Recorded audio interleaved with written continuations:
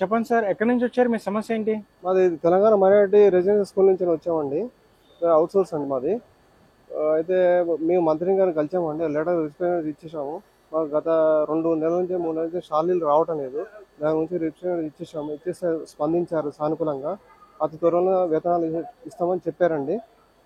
Plus corporation కావాలని demand చేశాను ప్రధానంగా. అంటే మా విషయం వాళ్ళ దగ్గర ఆల్రెడీ ఉంది, దానికి చర్చలు చేస్తున్నాం అని చెప్పారండి. అదే సార్, థ్యాంక్ యూ అండి. మొత్తం ఎంతమంది ఉన్నారు సార్? మరి రాష్ట్ర వ్యాప్తంగా 2 లక్షల పైచిలుకు ఉన్నారండి. అవుట్ సోర్స్ ఉద్యోగులు వివిధ డిపార్ట్మెంట్ లో వర్క్ చేస్తున్నారండి. మంత్రి దగ్గర మాట్లాడడానికి అందరు వచ్చారా? అందరు వచ్చేసారండి. మరి మంత్రి గారి స్పందన ఎలా ఉంది? సానుకూలంగా స్పందించారండి.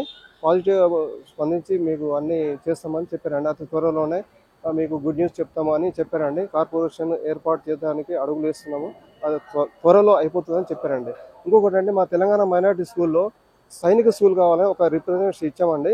దానికి కూడా అతను మంత్రి గారు కూడా సానుకూలంగా స్పందించారు. అది కూడా ముఖ్యమంత్రి దృష్టికి తీసుకెళ్లి అది కూడా సాల్వ్ చేస్తామని చెప్పారండి. సార్, మీ ఛానల్కు ధన్యవాదాలు సార్. Thank you sir.